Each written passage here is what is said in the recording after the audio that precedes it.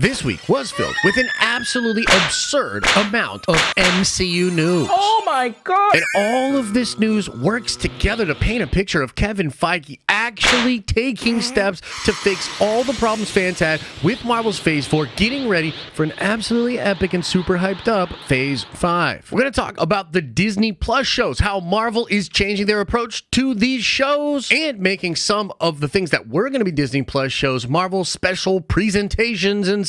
We're going to talk about some of the event films in Marvel's Phase 5 and why there's even more connective tissue and hyped up things being introduced. And then we're going to finish off by talking about the delays. Because yes, we did hear this week that many Marvel projects are being delayed, and this is supposedly to give more time to focus on the production of each movie and show. It's like I said in that big video a couple of weeks ago, Kevin Feige's rolling up his sleeves and he's fixing all the problems with the MCU's Phase 4, baby. But first up, let's talk about the Disney Plus shows. This week saw the end of the She-Hulk show, and I know there are people out there that really like the She-Hulk show, but it was very unpopular as far as Marvel shows are concerned. It was one of the first Marvel shows, I think the first Marvel show, to fall out of Nelson's top 10 ratings. And again, despite doing some things right, the show ultimately left most fans unfulfilled. And the wild part is that comes on the heels of the Miss Marvel show, which also had some of the lowest ratings that a Disney Plus show has had to date. And this has really led to a discussion about Disney Plus shows in general for Marvel. I've been thinking a lot about this, and it's kind of crazy. I remember, guys, getting excited for the idea of Disney Plus shows all the way back in 2019 when they announced Disney Plus, when Feige talked about making MCU content on the streaming platform in a show type format. I, like many of you, were really excited about this idea. I mean, the movies are great, and I've had such a fun time not only building up my different channels, but just having fun with the fans as we get excited and watch these different movies. I mean, really, the MCU, in a lot of ways, is literally like a big television show. Everything fits together. It develops into different arcs. You follow character progression over a long time. I mean, it literally is almost like serialized television, but in cinematic format. And I think most Marvel fans looked at the coming Marvel shows and expected something incredible, something amazing, something on par with the quality of movies that they had been seeing in the cinemas, but at home on Disney Plus. And to be honest with you guys, looking back at all of these shows, and this includes my favorite ones like Loki and WandaVision, for the most part, these shows have been really not good. I feel like there's a lot of things going on here. First of all, I think there was this weird moment where Feige realized that if he literally just made absolutely incredible must-see television that matched up with the things that he did in the theaters, it might just literally devalue the theater experience. And so I think there was this idea very early on to make the shows cool, but not quite as cool and as epic as what you would see in the movie theaters. Like, I think that was literally a part of the discussions that Marvel had. On top of that, in the current world that we live in, where it's really hard to even continue doing what they did with the Marvel Phase 1, 2, and 3, and I'm talking about the connective tissue, how it all tied together, right? Like, that's ultimately really hard still to figure out, especially when you're bringing in Spider-Man from Sony and trying to do all of that, that to make the shows have the connective tissue to the films has obviously been a very difficult thing for Feige to do. This is why things like Doctor Strange were removed from the WandaVision show, why Gore the God Butcher wasn't in Moon Knight, and why all of these really cool ideas that we think could tie together are ultimately just pulled back from the shows because it's just too difficult to line them up correctly. Another thing that's interesting about the Disney Plus shows when it comes to Marvel is they follow very Marvel-esque formulas, and I think that Marvel didn't anticipate how putting the same formula out week after week, multiple times during the year, would actually accelerate the fatigue of said formula. Because the shows do follow a lot of the same formulas of the movies, they just don't feel as epic, don't feel as awesome. But to be fair, even the movies haven't been feeling that epic or awesome. I mean, Love and Thunder was like, what? I like Eternals, but it was like, what? I absolutely love Multiverse of Madness. It can do no wrong in my book, but I know many of you were were like, what? Like, basically, it's really hard to make good movies over and over again, and it's been proving to be very difficult for Marvel to make very good television shows over and over again. And about a month ago, it broke that the Armor Wars show was being changed into an actual film, likely to be a theatrically released movie. Most fans, like literally 99% of fans, were excited about that. We'd rather see it as a movie. And after watching Werewolf by Night, this really fun Halloween black and white horror special edition project, many fans were like, I want more of that. And what's flippin' crazy about Feige and Marvel is they've obviously been listening and receiving the fan feedback, because it is now being reported that many new Disney Plus shows are being looked at to either become a theatrical release or to become a special feature. In fact, just yesterday, the Cosmic Circus released an exclusive by Alex Perez that talked about how the Nova Disney Plus show is now being changed to be a special presentation on Disney Plus. In the report from Alex Perez, they discuss how Marvel's reasoning is that these spin-off projects are better in the long run for both audiences and productions alike. Like, it's just better for the fans and it's better for Marvel Studios to do Disney Plus content,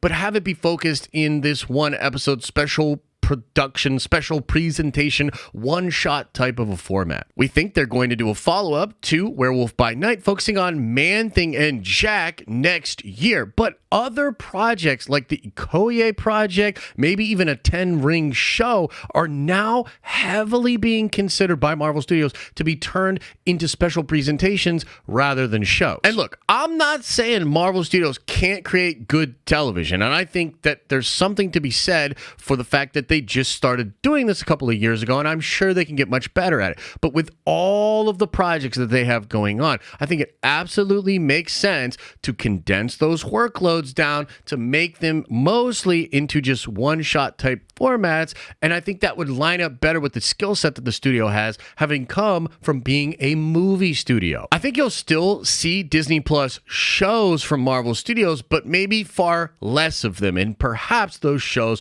will be given a lot more time, care, and consideration. And on the other side of that equation, you can still get a lot of Disney Plus content, but perhaps done as special presentations. Because at the end of the day, we have to remember that it's Disney that wants the Disney Plus content. Marvel Studios was happy to oblige and thought of it as a very interesting avenue by which they could tell even more stories. But frankly, it has just not clicked and has actually caused somewhat of a brand erosion for the Marvel Cinematic Universe. I, for one, am super excited that they're listening to fan feedback. They're changing some of these things to actual movies, changing some of them to special presentations, and hopefully giving shows like Daredevil Born Again the proper time, scope, and production to make it actually be incredible television. But now let's shift gears and talk about connective tissue. This week saw two really crazy stories come out about ground level things happening in the MCU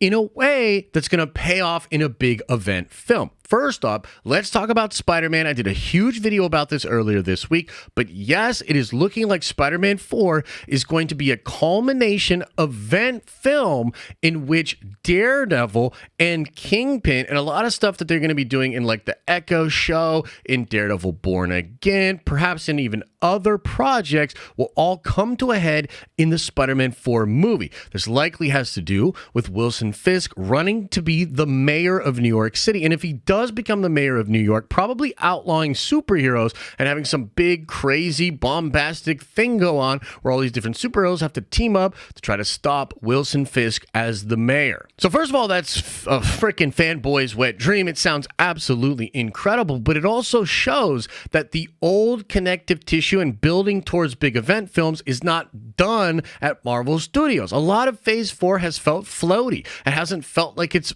actually connected, pointing us in a direction, paying off things that it sets up. And it looks like that kind of stuff is being addressed directly when you have a character like Spider-Man and you're going to use a Spider-Man 4, this huge big thing, to actually tie together a bunch of your other shows and perhaps other movies.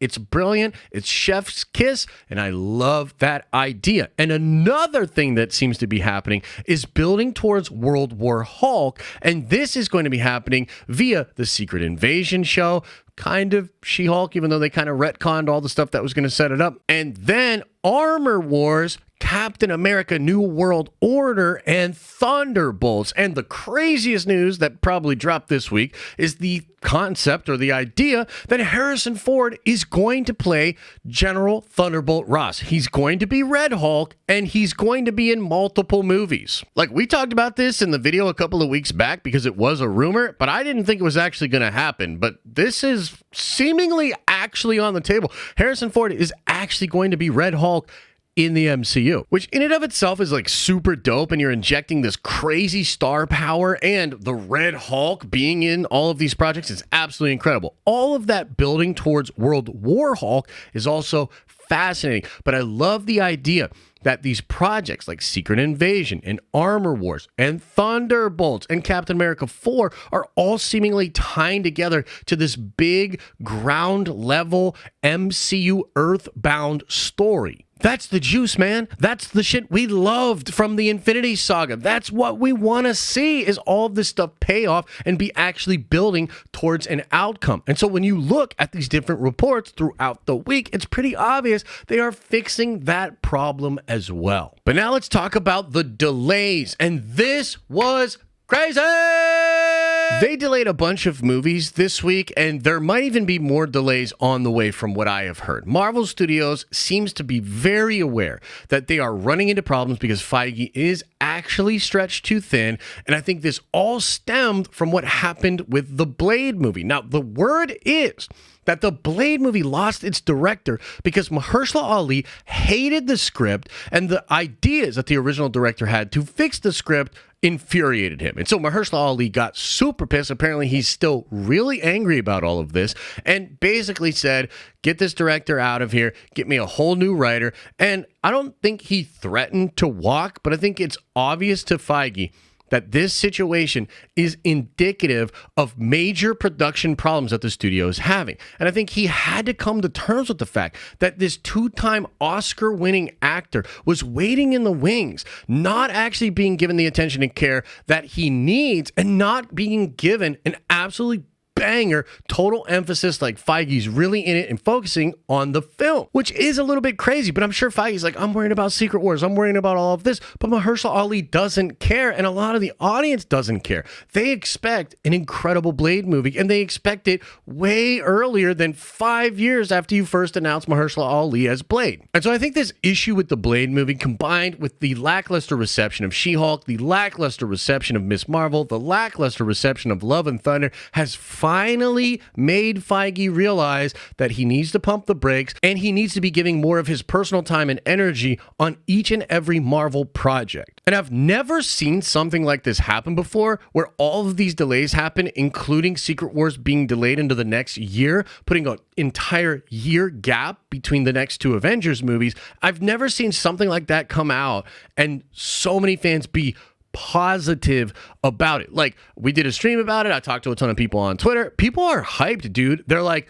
thank God, there's too much. They're not bringing enough quality. And so most fans are really excited that they're actually pausing and seemingly now putting the proper time and energy into each project. Now, obviously, execution is really what matters. And it's fine to say that they're listening, but if they can't actually deliver on some of these things, then it's all for naught. I personally feel, though, that this is an incredibly good sign as a Marvel fan that Marvel Studios is pivoting, is making major changes, and understands a lot of the problems that are going on with the Marvel Studios cinematic universe currently. We will obviously be following the rumor mill and looking out for any updates about anything we talked about in this video, so make sure you're subscribed to this channel. You also automatically enter to win the dope nerdy thing each month just by being a subscriber. This month we're giving away the Reforged Mjolnir, so subscribe, smash like on this video if you liked it. If you want to watch more, why not check out this detailed breakdown of the future plans for Tom Holland's Spider-Man.